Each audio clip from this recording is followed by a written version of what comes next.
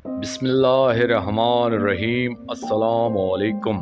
मैं हूं आपका भाई अब्बास हमदानी।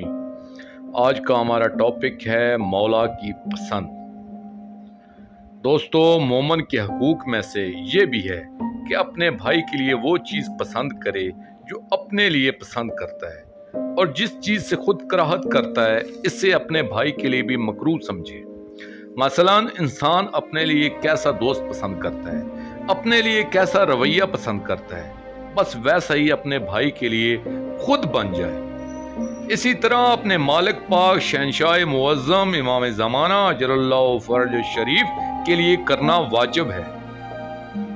ये हमें सोचना चाहिए कि जैसे हम अपने मालिक के दोस्त हैं, क्या ऐसा नाफरमान दोस्त हम अपने लिए पसंद करते हैं? क्या ऐसा मुनाफिकाना रवैया अपने लिए बर्दाश्त करते हैं? क्या ऐसा लापरवाह गुलाम और नौकर हम अपने लिए पसंद करते हैं कि जो तनख्वाह हमसे ले और काम अपनी मर्जी का करे? क्या ऐसा ताल्लुकदार हम पसंद करते हैं कि जो अपनी जुमला ज़रूरियात हमसे पूरी करे और हमारा एक भी कहा ना माने? दोस्तों, एक अच्छा दोस्त, अच्छा बेटा, अच्छा गुलाम, अच्छा भाई, अच्छा हमसाया क्या होता है?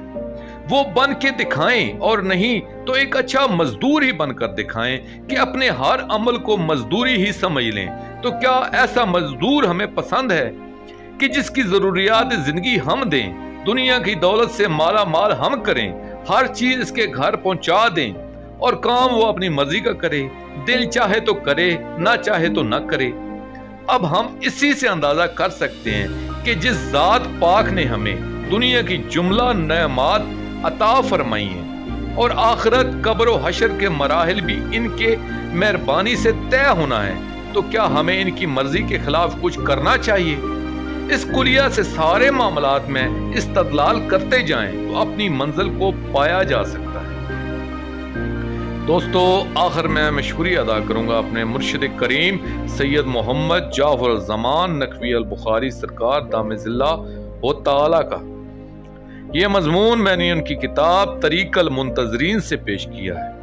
आखिर में अपने पाक शहंशाह की बारगाह में दुआ करेंगे, अल-अजल अल-अजल या वली अल मज़लूमीन, अल-अजल अल-अजल या वली अल मक़तूलीन, अल-अजल अल-अजल या सारत अल हुसैन अजलल्लाहु तआला फरजक व सलवातुल्लाह अलैका या रब्बा मुहम्मदिन व आले मुहम्मद सल्लल्लाहु मुहम्मदिन व आले मुहम्मद व अज्जिल फरज आले मुहम्मद सल्लल्लाहु अलैहि व आलिहि वसल्लम।